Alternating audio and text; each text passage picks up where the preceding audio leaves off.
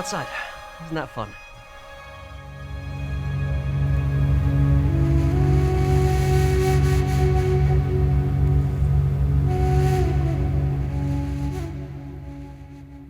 What you're seeing and hearing is the Xiao flute, a long, straight bamboo flute played in the key of F.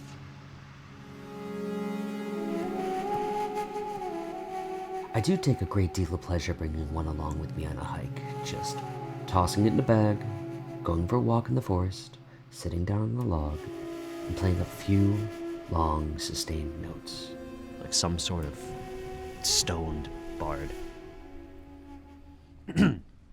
The flute is the important part of the story here, but it's actually not the subject of this video. Rather, I want to talk about how I went about recording it. So I've made this sort of go bag, which has been solving a lot of the creative friction I have, especially when it comes to recording out here in nature. And I want to talk about it because I think it might help someone out there who's facing a similar issue.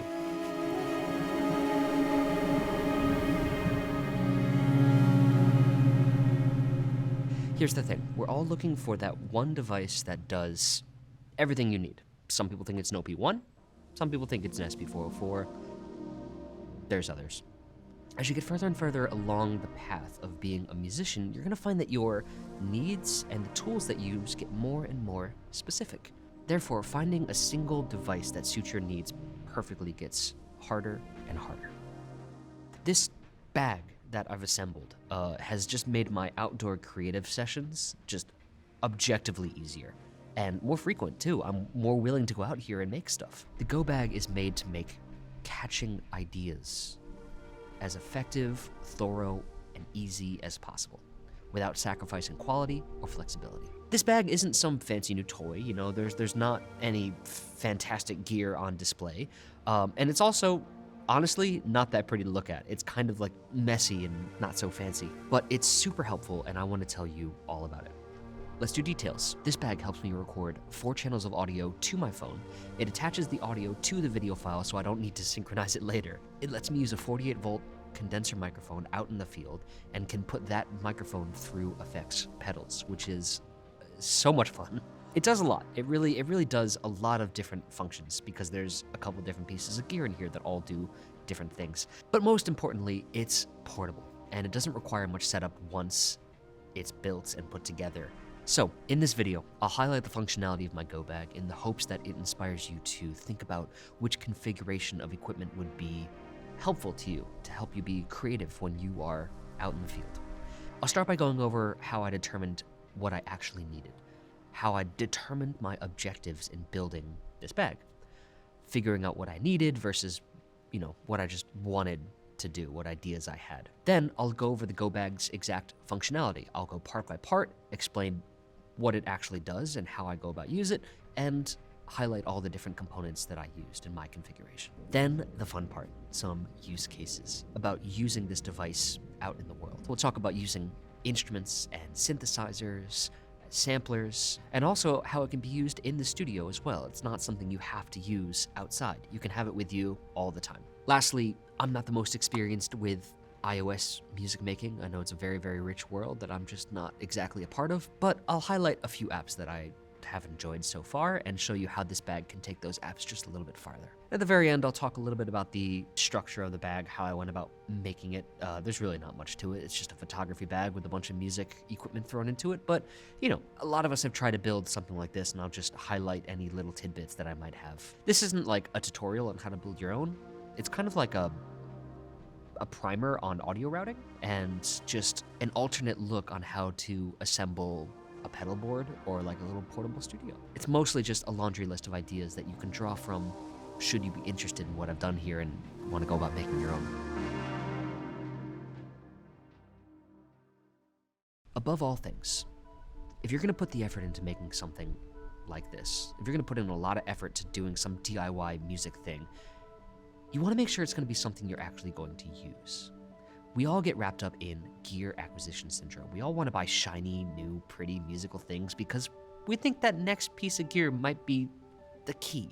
to making more music, to being more creative. Maybe if I buy the new blank, it'll be that thing I'm missing to make more music. Ultimately, we all want to be more creative. We want to spend more time making music, and we want to have the tools to enable us to do so. That's good. Just don't let that affect your purchasing too much. But something we don't talk about is how sometimes having too much gear can detract from your creative process. We need to begin by reflecting upon ourselves and our creative process. When are you at your most creative? What stops you from being musically productive? I love it out here. I love being creative outside. I go for hikes as often as I can, even in the middle of winter. Some of my fondest memories have actually been those moments, being out here with an instrument, just recording and making music. But if you're out in nature, living in the moment, feeling creative and inspired, odds are you don't want to waste a moment setting up a microphone and a field recorder, let alone a camera. Some of the best music I've ever made is stuck here. Somewhere in my voice memos, poorly recorded through a phone mic, uncategorized, existing only as a memory of a moment where I created something creative. Very rarely do I find myself consulting with these archives, even though I know there's fragments in there, something beautiful, but those phone recordings are ultimately only a memory. The reason I built this go bag is so I could have a little studio on my back. So while I'm out here, if I sit down to play and I feel compelled to catch something, the tools are there for me. I'll go over them throughout the video, so don't feel compelled to write them down, but here's the list I came up with over the course of a few months of tinkering. This is what this bag is going to do. Portability and self-containment above all else. I want to never feel the need to disassemble or change the configuration of this bag. I want it to work without fiddling around every single time. From opening the bag to being creative within 30 seconds. I never want to hesitate to bring it anywhere. It can't be too heavy, it can't be fragile, it can't be too... I often need to record 4 channels of audio to my phone. Not just 2, and not the iPhone microphone. I want 4 channels direct audio in. I need the ability to either record that to a DAW on my phone, or to a field recorder, or ideally, while recording a video at the same time using the iPhone camera. I want an external monitor for my phone because I often film myself alone and need to be able to see myself on the screen. I need to be able to use a microphone, specifically a condenser microphone that requires 48 volts of phantom power, which means I need an XLR with phantom power. I need to use FX pedals that live in the bag and are always ready, that never ever get removed from the bag. The effects need to be turned on by default. The routing needs to already be there. What gets plugged into the interface goes through the effects. I can turn the effects off, but they need to be routed by default. That also goes for the microphones. I want to be able to run microphones through guitar pedals, which is a challenge in and of itself. I need to be able to record the clean audio signal of the instrument and the wet signal separately so that I can edit it later if I so choose. I want the clean recording always. I want to be able to record MIDI. Multiple channels, ideally. I need to be able to use this bag easily at home as I do outside. I can't dedicate the resources in this bag to only use outside.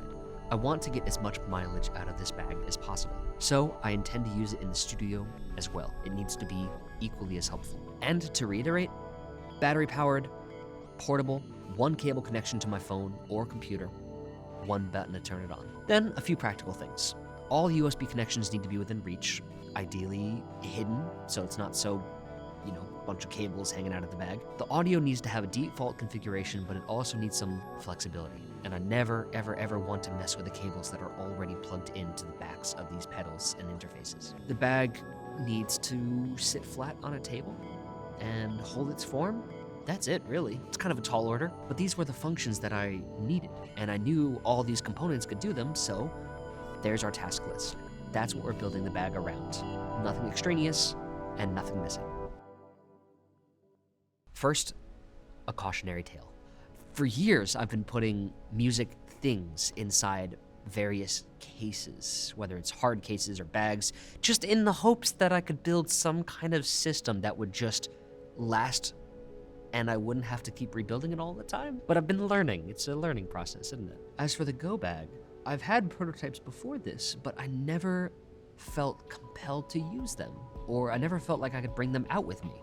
And it was always for a variety of reasons, but mainly because I hadn't honed in on what I truly needed. I was building the bag for the concept and not to actually use it, which I think we're all guilty of when it comes to using music gear sometimes. For example, 2 iterations ago, this bag actually had a computer inside of it. It was running a very small mini PC called a Morphine M6, and that computer was running Dirty Wave Mate, called a headless Mate. It's a music tracking software that you can build using a teensy microcontroller. This kind of music production tracking is super interesting. You might be familiar with the software already. It was all over the internet. But this bag originally did it. This bag originally had a fully functioning Mate tracker in it. So I had a little macro pad, which is like a customizable keyboard, and I spent a long time trying to decide how to switch this macro pad I had installed between the phone and the computer so that the keyboard can control either GarageBand or the headless Mate, depending on which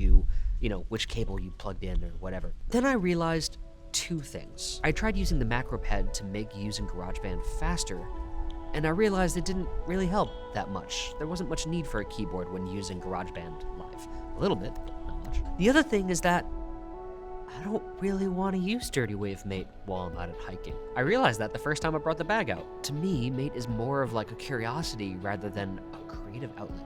I like Mate, I really make fun stuff on it, and I use it a lot, but it doesn't help me catch creative ideas, especially while I'm out here in the field, which is ultimately what the bag is about. I had originally thought I would add the Mate to the Go bag because it's small and it fit, and it used all similar components. I thought I could use the macro pad for more than one thing, but it made the project more complicated, and it ultimately created more friction than it fixed. That's the importance of highlighting what it is you need to actually be creative. There's a time and a place to explore different technologies and ideas when you're making your music, and there are times when you just want to capture something, capture your inspiration.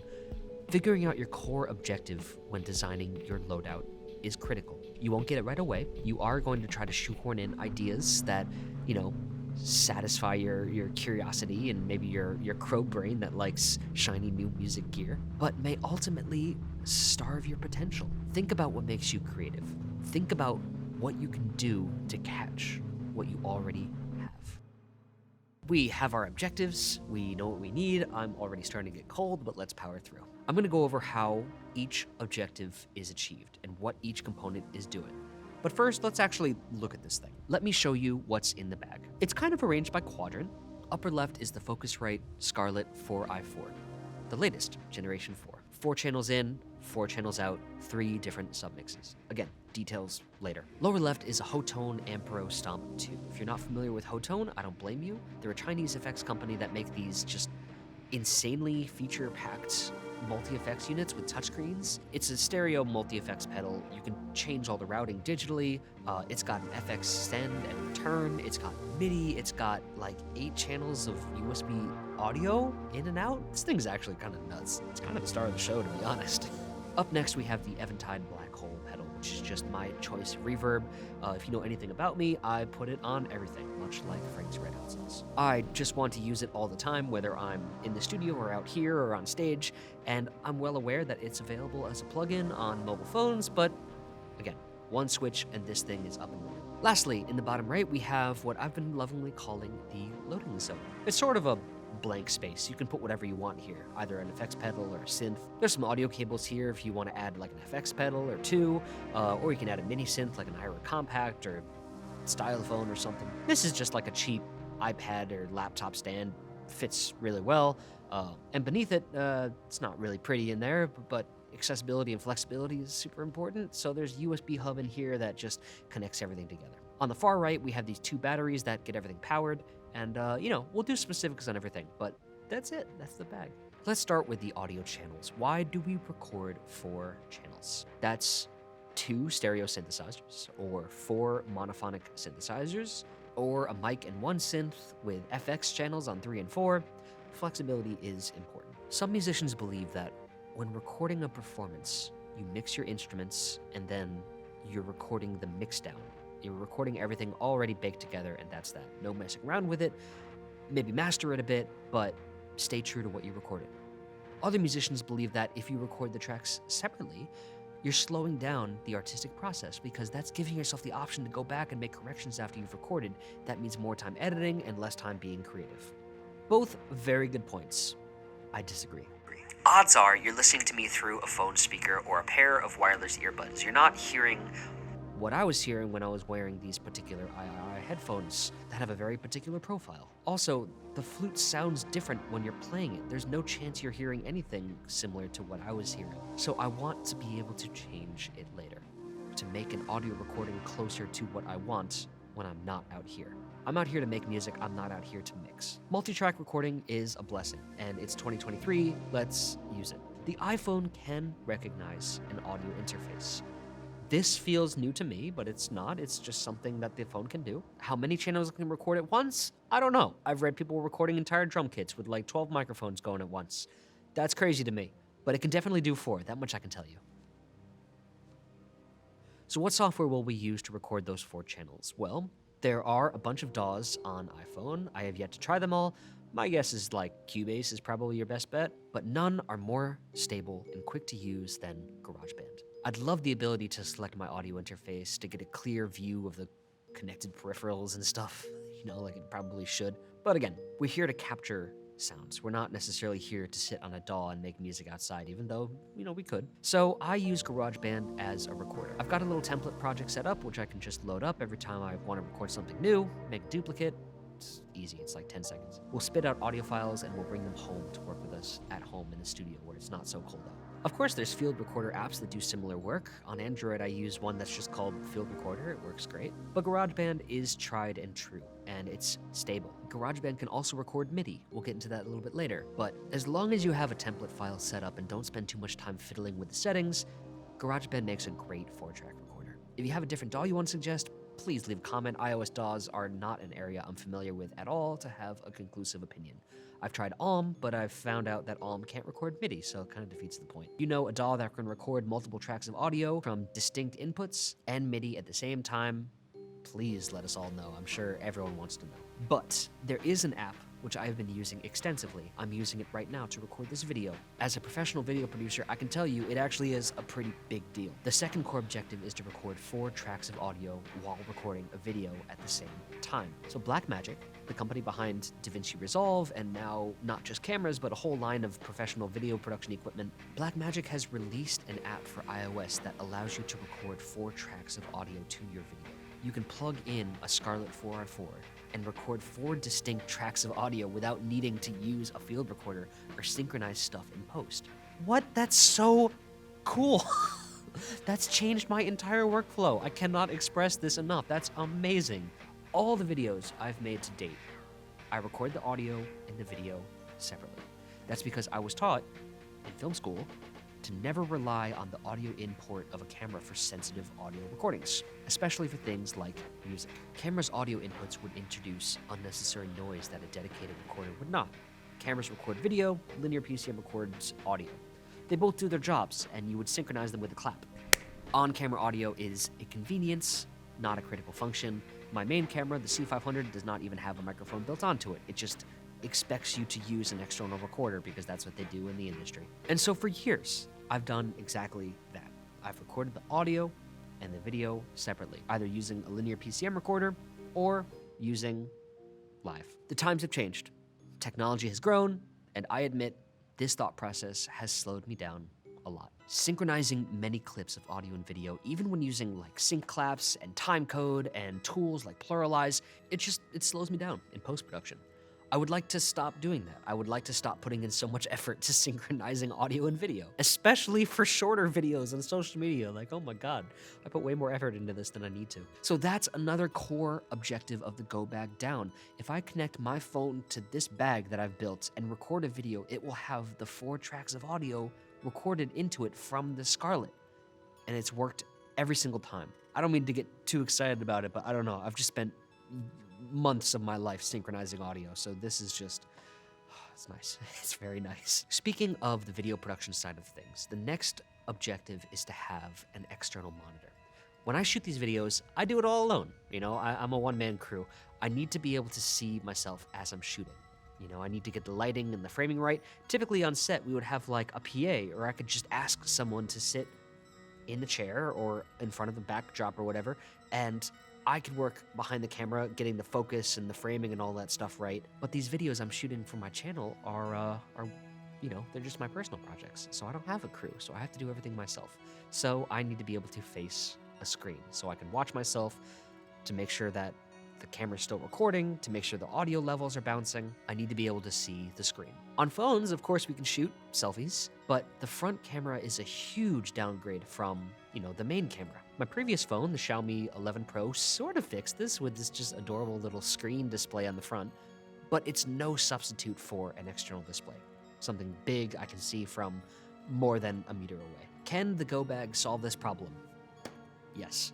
Yes, it can. The cable that connects this bag to the phone is a USB-C 4 cable. That cable is connected to a USB-C 4 receptacle to receptacle. On the other side of that is a USB-C hub. That hub is connected to the Focusrite interface and has 2 other USB ports which we'll use for other things, but at the end of that interface is an HDMI port. The iPhone recognizes that HDMI port. The Blackmagic app can output a clean signal or mirror the screen so I can see what I'm doing, so it works. You just plug it into an HDMI and it just spits out the video frame. Like, it's great. It's almost a laptop at this point. So I've got an HDMI cable in the bag that's permanently affixed to the USB-C interface here. It's about 2 meters long. It's not particularly long. If I need to, I can add an extension cable, but it's one cable to the phone. That's the important thing. I don't have to connect the HDMI to anywhere near the iPhone. It's just one long USB-C from the phone to the bag. And that HDMI cable can go to a monitor, which I can put wherever I need. I tend to keep this screen around with me called Intahill. It's like an HDMI or USB-C 4 screen. It's pretty helpful. It's not that pretty to look at, but like it gets the job done. It was dirt cheap, so it doesn't hurt. So the only caveat is that the USB-C interface has a USB-C hub that needs to receive power.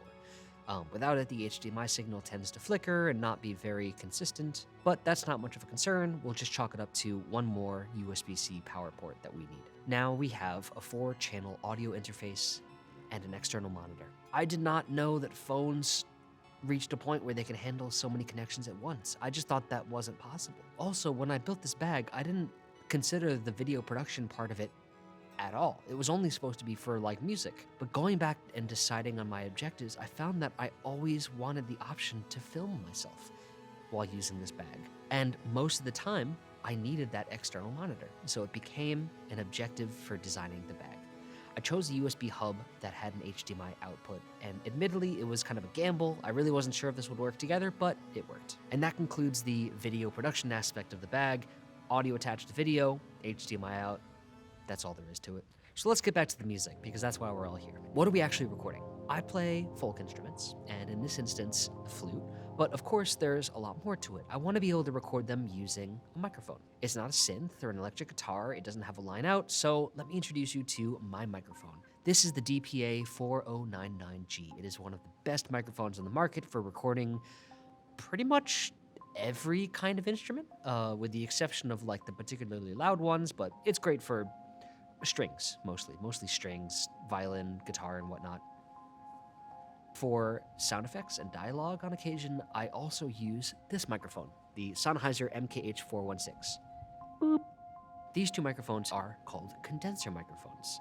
Condenser mics, unlike the more common dynamic mics, have active electronic components running inside of them. As a result, they're often more sensitive and accurate and quite a bit less forgiving than dynamic mics.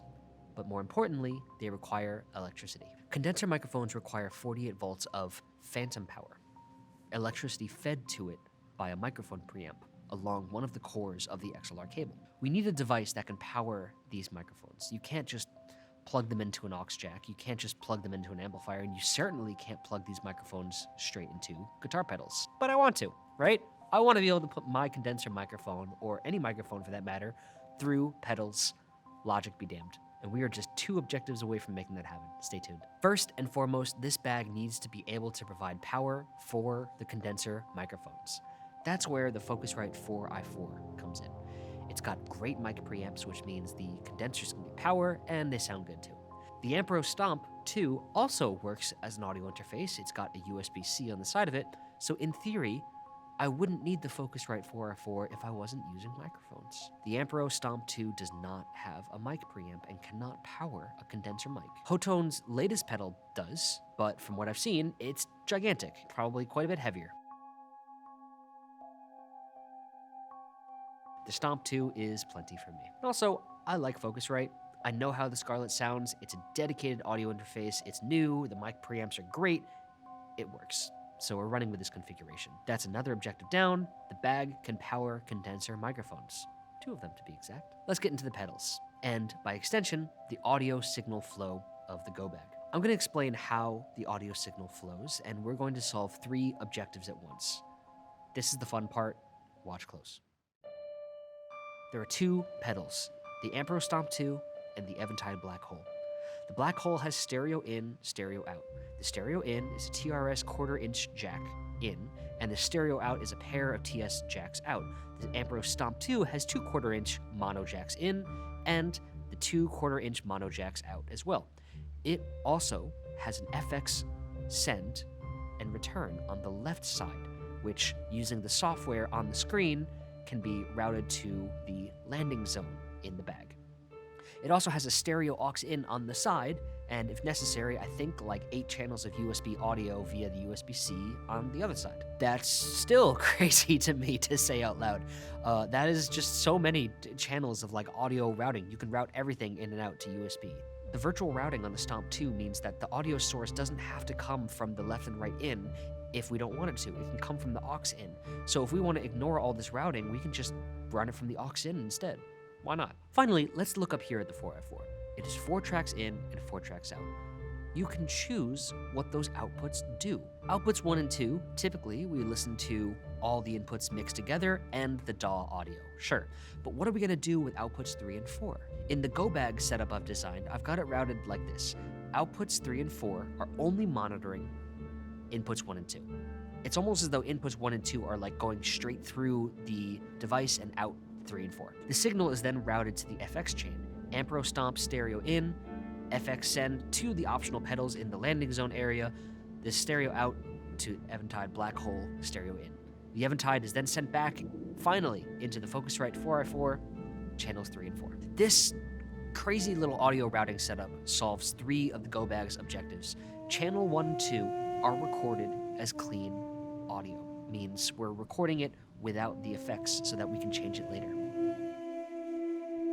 The FX are plug and play. There's no effort involved into the routing. The default configuration means that the FX are ready to go as soon as we plug something in, and this means a condenser microphone gets the 48 volts of power from the preamp, but can also be fed through an FX chain. It might be a bit tricky to follow in one go, especially if you're not familiar with the audio routing, so let's hit that part by part. Starting up at the 4x4, if you connect it to a computer and open up Focusrite Control 2, you get this menu that shows all of your ins and outs. This concept is called virtual routing. The changes you make to the ins and outs on the screen save to the Focusrite even after you disconnect it from a computer. This is called standalone mode. In some ways, the Scarlett can work as a mixer, even when it's not controlled by a computer.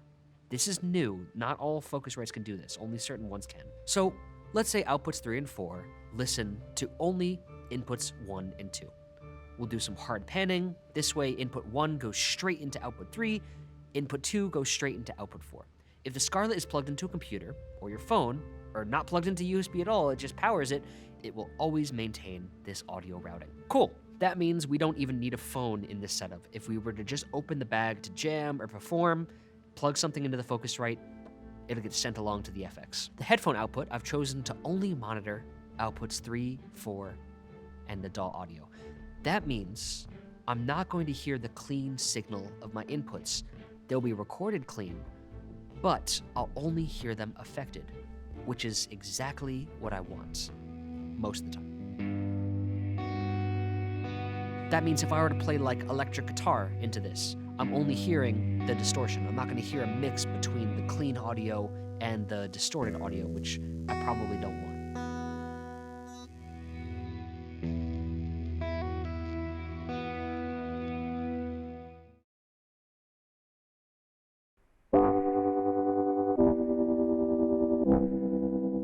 There's an extra benefit to multi-track recording like this, and that's recording both the dry and wet signals of an instrument through guitar pedals separately. Now, I've been having endless fun with just the J6 and this lo-fi junkie, but sometimes I take things a little too far. This pad in particular might just be a little bit too lo-fi. But of course, that's no issue, because we're only listening to channels 3 and 4. We still have the dry signals, 1 and 2, just in case we need to try something different later.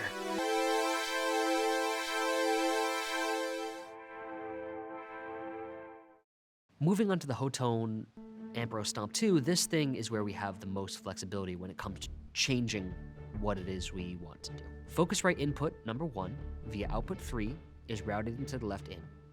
Output number 2 is routed to output number 4. If I don't make any changes, then it'll just spit right back out. Left to left, right to right. However, there's all sorts of crazy options in here. I can sum inputs 1 and 2, meaning they'll be mixed together and affected together. I can mute either input so it doesn't continue along the signal chain and ultimately get affected. I could add a bunch of effects to either input 1 or input number 2. Most excitingly, I can add an FX send to either or both of the channels and send the signal of left or right to the landing zone. In this example, I'm using the Instant Lo-Fi Junkie by ZVEX. How do you say their company name? It's awesome though, it's a great pedal by the way. That signal gets returned back and then continues along the signal chain into the black hole. Now, you might be thinking, hey, this seems super complicated. I thought the point was to make this super simple, right? Yes, you're right. I did say that. Booting up the Hotone, it defaults to a patch that just sends audio along and doesn't affect anything. I do try to keep the routing simple. If I'm using the landing zone, then I'll just go one patch to the left and enable it. Now, the landing zone is activated. The point is to have the functionality there even if you don't use it. I could use the aux on the side to mix in another synthesizer if I wanted to completely bypass the whole Focusrite audio sending thing. I could use the USB-C to mix in digital audio from my computer or from a friend's computer, or to use this as a huge mixer and just get everything down to like a stereo out. I could build crazy complicated patches, and if I find that I need to, I could route the FX send to the input number 2 in order to record the microphone 3 times. Clean, affected, and affected with reverb. The options are endless, is what I mean to say. There's just so many different things you could do, but the important thing is that by default, it works. It works every single time, and it's very, very simple. If I'm out here and the thing that I'm inspired to do is sit here and play with the audio routing, then great, I'll do that. But it's not complicated by default. It is a quick and easy process to send audio out of the Focusrite into the FX pedal, into the landing zone and back. The cabling is all done. It is just with the press of a button, things can get routed around. It is so much easier than I could describe. Its functionality can be just super simple, or it can be endless and deep, like a black hole.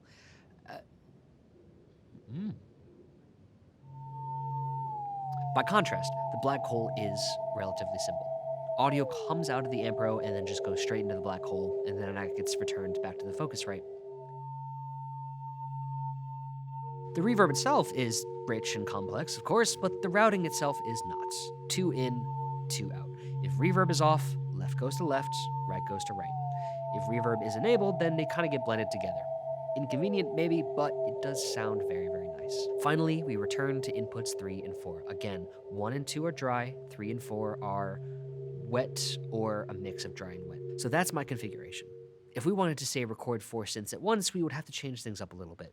On the Ampro, we could change the inputs from left and right to aux in and route them in, from the side. Instant connection is important above all else.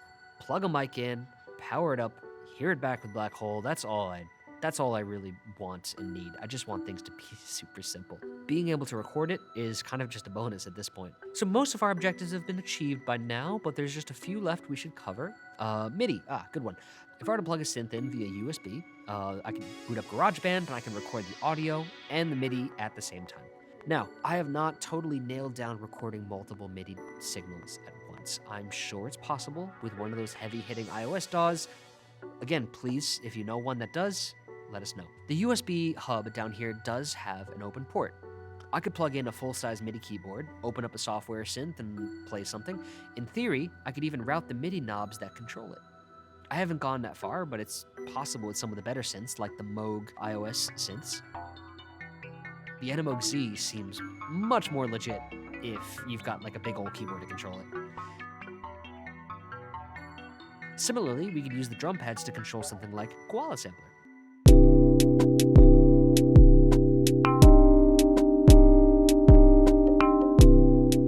At this point, it's kind of up to you to decide how far you want to run with this concept. I, again, not a huge fan of making music on iOS yet. The Go Bag, for me, is a field recorder and a pedal chain, not a workstation. But the connectivity is the same. If I have a synth going, it's nice to be able to record its MIDI just in case I stumble upon something I like. Now, until this point, I've only been discussing the Go Bag's use as a portable device for recording on the phone. But I would be remiss if I put some of like my favorite gear and my best batteries into a bag and then only allow myself to use it if I go outside into the world. That one cable connection is USB-C. It's not limited to a phone. There's nothing about this bag that says it needs to be used with a phone.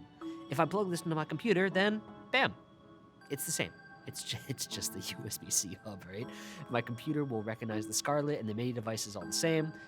Even the HDMI works. I found that out while I was writing the script. It's just a little studio extension in a bag. It just doesn't have like a brain, like a main sequencer or a main DAW or something in it. That's your phone or your computer. Home stretch. Let's talk about portability and practicality. The Go Bag configuration relies on two batteries here. One is the Joyo power supply, specifically designed for use with guitar pedal boards. Now, I have mixed feelings about Joyo as a company, as does everyone else, but they do make a solid battery. It is 10,000 milliamps, I think, which means it's definitely safe to take on planes. I brought it home with me. It's got 8 outputs for 9 volt for, it's intended for use with guitar pedals. And that's also just way more than we need for this bag, but that's good. Things I don't like about this battery, switch is on the back. So if I want to turn this battery on and off, I have to reach into the bag and grab it. What you're seeing is the least convenient part about this build. Everything else works hunky-dory, but just to switch this battery on, I do have to reach in there, and it does kind of suck. So this battery is powering the 3 pedals right now. It's powering the Hotone, the Black Hole, and whatever pedal is on the landing zone. There are 2 other things that are going to require power. We need a USB 5 volt, 2.1 amp power for the USB hub, and a 5 volt, 3 amp to power the Scarlett 4x4. That last one is a lot. That's more than most USB-C ports can handle. It requires what's called power delivery, PD. 5 times 3 is 15, that's 15 watt PD. We need a power bank that can supply that, as well as an additional port for the USB hub. Also, if we can, it'd be nice to have one more USB-C port on here so we can use the external monitor. So I've got one here. Actually, this goes up to PD 30 watt. So I just put this in here. And it works, it powers everything, and it lasts a long time. It's a 20,000 milliamp battery. It's great. I would love to find a battery that powers everything in one go. Really, I would. I even thought about building one myself. But the difference is, these 2 batteries are very easy to find, and they're very easy to bring onto a plane, for example. Getting something that does both power delivery 15 watt and 9 volt would just be heavier and more expensive and more specific. 2 batteries is fine. So, as much as I would love one switch to turn it on, the boot up sequence goes like this. 1, 2, 3. If I'm home, I can just run everything off AC power and just charge the batteries. It's simple. It's simple like that. All right, a few other things, mostly here in the landing zone. This iPad holder is meant to slide up and out, but it just makes for like a little cabinet to hide the cables. Let's open it so you can see what's going on in here. Again, not pretty, but it gets the job done. I've got USBs tethered up in here. They are way too long for this build, but they're what I had, so oh well. I cut all the audio cables to length. I soldered everything myself, but I am not skilled enough to solder a USB-C cable. No way. Store-bought is fine. These 2 cables here, these are routed to the amp row. They're optional, of course. You can plug them out and hide them behind the case, which is nice. If we're feeling clever, we could use this cable here and run it from the output of a synthesizer and have the synthesizer be routed as an additional in through the FX send of the Hotone. Clever. There's a USB-C cable in here for either the Ira Compact or the Hotone USB-C here. That's it. really, yeah, that's everything so far. At one point, I tried to add an SSD in here so that the Blackmagic app could record to an external hard drive, which is awesome, but I just couldn't get it to work consistently. I think having that go through a hub isn't always the best thing to do, and I really don't want to risk losing footage, so no need. I scrapped that idea. The bag sits flat on the table, just as I had hoped. Super simple. It is a bit deep. It's not great for sitting at like a sitting height desk, but again, this isn't like a music workstation here. If I was going to use a synth, I would probably pull it out here. Also, there's no harm in just like putting something beneath the bag and tilting the whole bag up. Why not? As for portability and like structural integrity, this is an old camera bag. It's got these nice foam dividers, which, you know, they don't hold the structure of the bag all together, but I've now arranged this bag about 6 different times, and I finally found like a good configuration where all the gear is kind of snug, and everything is just kind of held together, and there's no undue pressure on anything. The bag feels pretty padded from every single direction. Top, bottom, left, right. The Scarletts have an angle here because it was sort of the easiest way to access the front panel without it sticking too far out of the bag. The Ampro and the Black Hole have some lightweight material beneath them to kind of rise them out of the bag so they're not too deep in there. Just some packaging foam, I don't know. And Ampro's got some like carton material. The bag isn't particularly heavy. I mean, I never feel like it's too much to carry around with me. The zippers on this thing do kind of suck, but that's on me for skimping on the bag. I got it for, I think, free off Facebook Marketplace, so, you know, I'm not complaining. If I could improve anything about it, I would love some side panels on the bag to like access the back of the Scarlett. I thought about building a patch bay on the front of it somewhere so I could like quickly map stuff around, and as good of an idea as that is, it does take away from the simplicity of the design. And it also means there's a chance that something won't be routed properly when I first boot the bag open. So I scrapped that idea. I settled on this, and it works. Now, I am no expert on iOS music. I know there's a very active community of musicians who rely on iOS music making and who swear by the apps on their phones. The sheer number of apps available on the App Store is just baffling to me how many different kind of apps there are. Personally, I'm a huge fan of Koala. I actually do use Koala a lot, but I'm brand new to the iPhone, so I'm new to a lot of these apps. I can't give you like a major rundown on the apps that this sort of setup could help you with, but I would like to share one or two.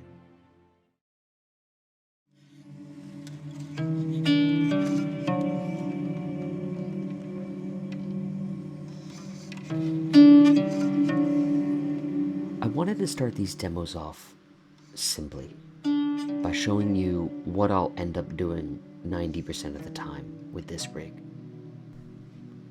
This is a simple 2-track recording of the zhongran, a Chinese 4-string instrument. The routing is as simple as it gets.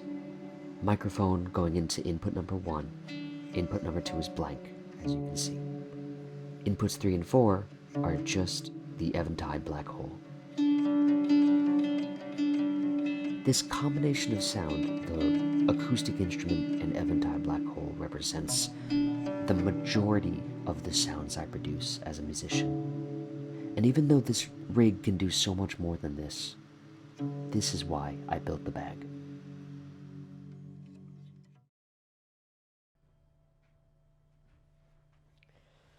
Well, I'm not much of a singer, but let's try. In the summer,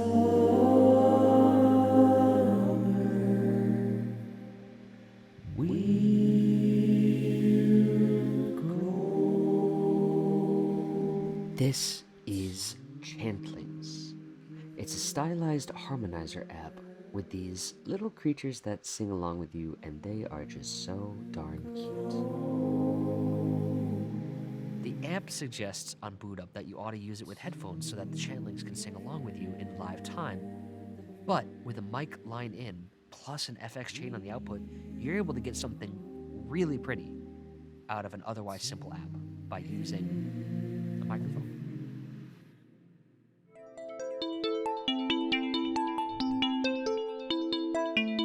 It's no secret that Moog is doubling down on their analog synth modeling and have recreated some of the best synths on iOS, but Animoog is their just wild digital synth concept, which is just so far removed from everything else Moog does. It's kind of crazy. If you sit down and play with it on a phone speaker, you know, it's like kind of fun. It's like just any other synthesizer with a neat interface. But plugging in an audio interface and a chord generator and some effects, next thing you know, you've got a fully fledged digital synth. There's so many ways to interface with these synths, and this bag just works as the perfect host for them all.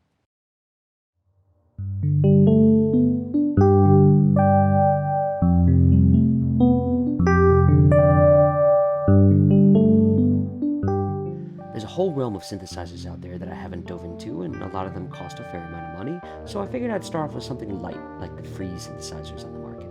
I found this one called the King of FM. Now, if you know anything about how FM synthesis works, you know that the hardware isn't particularly important, as it's all digital. So this free little synth can do so much, and so far, I've been having such a blast with it. I'm not sure how much else I really need.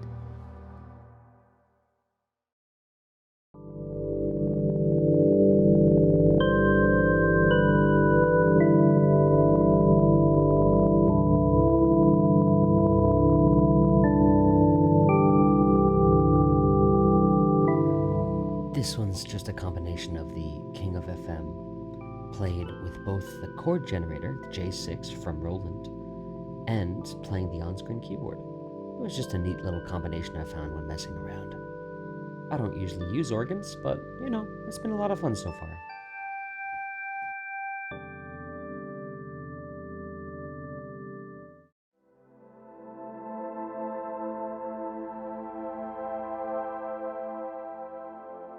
I think it's a little unfair to judge the synthesizer engine in GarageBand too harshly. You don't necessarily need that much control over your sound. Having a couple pads and just sitting for a while, making music with just a keyboard and whatever sound is put in front of you, it's a good exercise in musicality, creativity, limitation.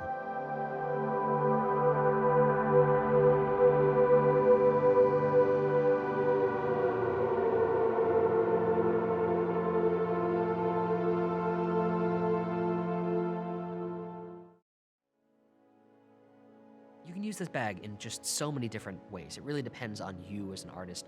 I don't play electric guitar much. I'm not very good at it, but I did find my old Fender Squier at home, so it is pretty nice to just play around with this thing. Having the Hotone distortion and amp simulators, like, it does make it a lot more fun to play. Not to mention putting Black Hole and everything just makes me feel like I'm in some kind of shoegaze, post-rock goodness. This bag is the result of me asking myself, what can I bring out into the world to be more creative without having to set it up? What can I do to make my creative process easier and record what I'm doing? I've had the same field recorder for 10 years. It has just always worked, the Tascam DR70 Mark II. I've used the SP404, I've used the OP1, I've used all these sort of like standalone music boxes. I love the circuit tracks, and these kind of devices are great to have out into the world. But when I asked myself what it is I really wanted, it was just a field recorder with an FX chain and an interface to record to my phone and be able to shoot videos out of it. I realized I didn't need a workstation. I didn't need something to generate more sounds. I just needed something to process the sounds that I was already making. So this bag is like a utility. It's not a workstation. It's something that is just nothing but helpful. So I've really enjoyed this concept. I just made this video because I've been trying to make something like this for a long time, and I talked to other people who have as well, and I kind of want to share the thing that finally worked for me after years of trying to get something I would actually use and not just assemble and then disassemble and try again. If you want to make one of these yourself, I say go for it. It's a great thing to have. Definitely start with a field recorder and see how that goes for you. They're never a bad tool to have around. I've had the same one for years and years and years. And then you know what you're gonna have to do is you're gonna have to build one and then take it out into the world and then try it. And if it doesn't work, write down what you were missing or what you didn't use, and then try again, and eventually you'll get one that you like. Having the landing zone was just such a clutch idea because it really just means if I want to use some pedal from my pedal board or from a brand or whatever, I can do that. It's just there. It's all set up and ready to go. So it's great. Anyway, it's a really, really long and roundabout video to talk about what is essentially just a bunch of music gear stuffed in a bag. But I felt so compelled to make this video because this really is one of the biggest upgrades to my music setup I've had in a long time. There's nothing new in this bag to me. This is all stuff I've been using for the past year, but finally finding a configuration to get them all to work together in a portable way has just changed my live set. It's changed my experience making music outside, and it's even just been a huge upgrade at home in the studio. So thanks for watching. If you have any questions about building your own one of these bags, I love to talk about audio routing and stuff. I'm such a geek, but I think that this sort of setup could really help someone out there, and I really hope it's you. So thanks for watching, and more videos to come soon. Hi everyone, thanks for watching. No Patreon invite, nothing like that. But I do have a Discord server where we talk about synthesizers and SP404, and I think we're gonna open the floor to talk about this crazy go bag concept. So don't hesitate to ask for an invite link, and I'll do my best to get you in. And also, starting March 8th, I'm gonna release my first track to the world, which I'm very, very excited about it. It's called Somnolence. You can follow my name on, social media platforms and whatnot. And I'm just super excited to share it with the world. So don't hesitate to, smash that subscribe button, all that nonsense. So I'll see you on the other side.